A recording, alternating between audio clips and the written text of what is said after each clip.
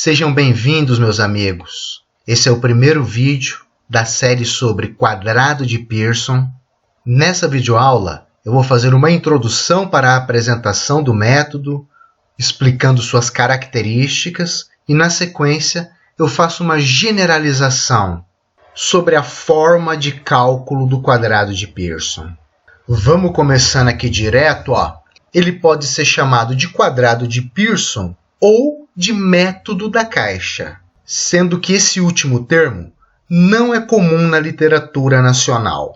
Um detalhe interessante é que eu nunca consegui encontrar a referência original do método. Nós encontramos, tanto na literatura nacional quanto internacional, muitos autores utilizando o quadrado de Pearson, mas sem fazer referência ao método original.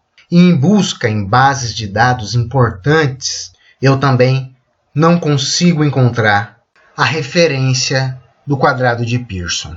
Se você tiver esse documento, eu vou ficar muito agradecido se você puder compartilhar comigo. O artigo científico mais antigo que eu encontrei que faz referência ao quadrado de Pearson é esse, Métodos para calcular misturas de sorvete, que está publicado no Journal of Dairy Science. É de 1921. Olha só, está aqui um print da primeira página do artigo e do quadrado de Pearson sendo aplicado. Só que a referência original também não foi citada nesse artigo. Isso é um indicativo de que naquela época, em 1921, o método já era consagrado. E também muito interessante notar, talvez o método nem tenha sido desenvolvido para o uso na formulação de ração, pois ele pode ser aplicado, a rigor, em qualquer área do saber, desde que o problema que você vai resolver atenda às características do método, que nós estudaremos na sequência. Mesmo sem acesso aos originais, apenas observando o procedimento, eu vou trazer a minha interpretação do método. Trata-se de um algoritmo, ou seja, uma sequência finita de etapas que você deve seguir para resolver determinado problema. Que problema é esse? É um problema de mistura de dois componentes para atender a uma restrição, com o detalhe de que esses componentes devem preencher toda a mistura, 100% da mistura. Nos problemas aplicados à formulação de ração, esses componentes são os ingredientes e a restrição, o nutriente. Mas o quadrado de Pearson, como eu já comentei, pode ser aplicado a qualquer tipo de problema para misturar dois componentes e atender a uma restrição, com os componentes preenchendo toda a mistura. Eu separei aqui alguns requisitos que devemos observar antes de aplicar o método. Primeiro, a exigência nutricional deve ser um valor entre a composição nutricional dos dois ingredientes. Se a exigência nutricional estiver fora dessa faixa, e se o quadrado de Pearson for aplicado, resultados errados serão produzidos. Eu vou trazer um exemplo desse tipo e nós vamos discutir matematicamente o que é que está acontecendo ali. Segundo requisito, a exigência nutricional deve ser expressa de forma relativa. E terceiro, que eu já até mencionei anteriormente, é que o total dos ingredientes deve ser 100. O quadrado de Pearson é um método muito popular, talvez aí o mais empregado em cursos de formulação de ração. E eu creio que isso se deve em grande medida ao fato de que esse método ele faz parte da história da formulação de ração. Ele veio sendo ensinado ao longo do tempo, geração após geração, e eu vejo que virou uma tradição ensinar o quadrado de Pearson. Ele é muito presente no meio acadêmico, faz parte da formação dos nossos profissionais da produção animal, e que são aqueles que se tornarão professores e irão um dia ensinar a formulação de ração. Mas o quadrado de Pearson, ele não é um método simples, ele não é um método fácil. Eu creio que não seja esse o motivo que faz dele um método popular. Pelo contrário, para você poder aplicá-lo a problemas mais complexos, uma série de adaptações são necessárias.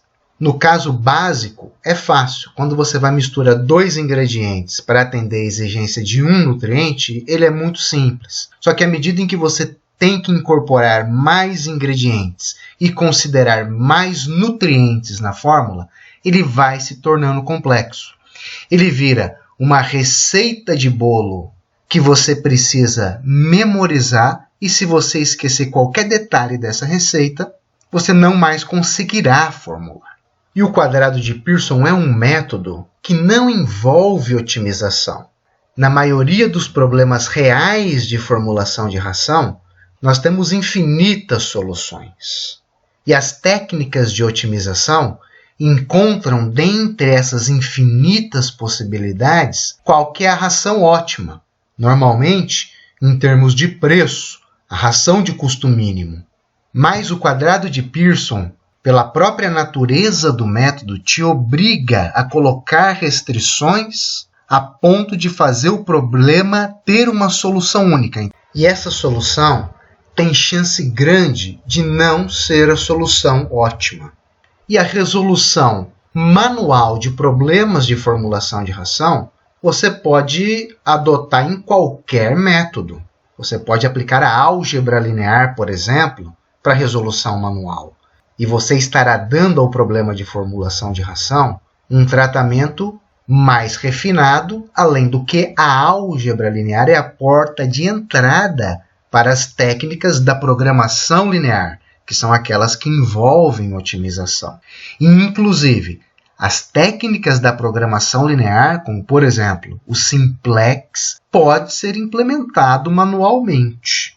Então, em função dessas características do método, de ser um método bem restrito, eu recomendo o seu ensino ou o seu estudo para contextos em que se tenha bastante tempo. Atualmente, eu leciono o quadrado de Pearson em disciplinas em que ele pode ser incluso, mas que outras técnicas mais efetivas de formulação de ração, como, por exemplo, a álgebra linear e a programação linear, também estejam presentes, pois o nutricionista irá utilizar, na maioria absoluta dos casos, a programação linear, que é uma técnica que envolve otimização.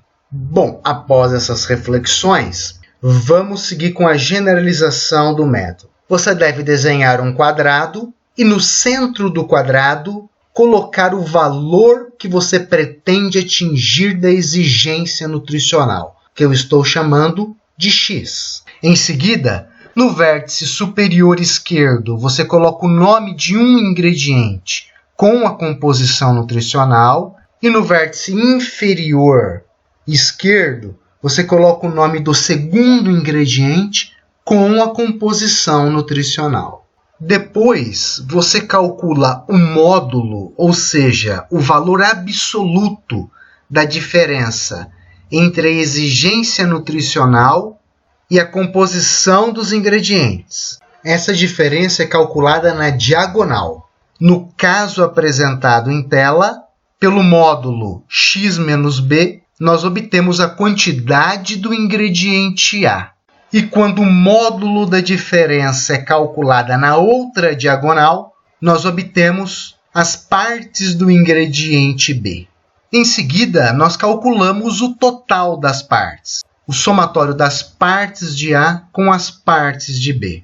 Nesse ponto, a mistura já está pronta, mas nós normalmente expressamos a ração em percentual. Então, o percentual do ingrediente A nós calculamos pela divisão das partes do ingrediente A pelo número de partes total, que multiplica 100, e o percentual do ingrediente B calculamos pelas partes do ingrediente B, que divide as partes totais, que multiplica 100. Essa é a generalização do método, hora que nós usarmos um exemplo prático, e já iremos fazer isso Na aula 2, você vai perceber que a aplicação do quadrado de Pearson para esse caso básico, a mistura de 2 ingredientes para atender à exigência de um nutriente, é muito simples. Eu te agradeço pela atenção e nos encontramos na aula 2 para uma primeira aplicação do quadrado de Pearson. Até lá!